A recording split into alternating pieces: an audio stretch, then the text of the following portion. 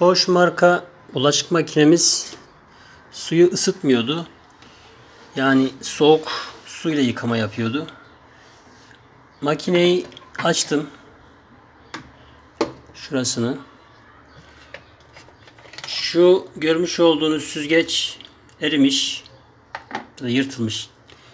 Önce şurayı açtım. Burada bir şey var mı diye.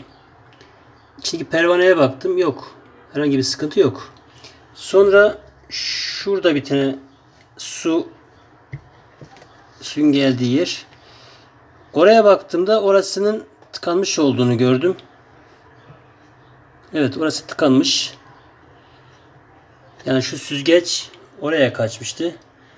Çıkardım. Çalıştırdım ve sıcak yıkamaya başladı. Sanırım böyle bir sıkıntı olabilir. Yani servis çağırmaya gerek yok. Önce bir deneyin. Tıkanma falan varsa ondan dolayı ısıtmıyor olabilir. Teşekkür ediyorum.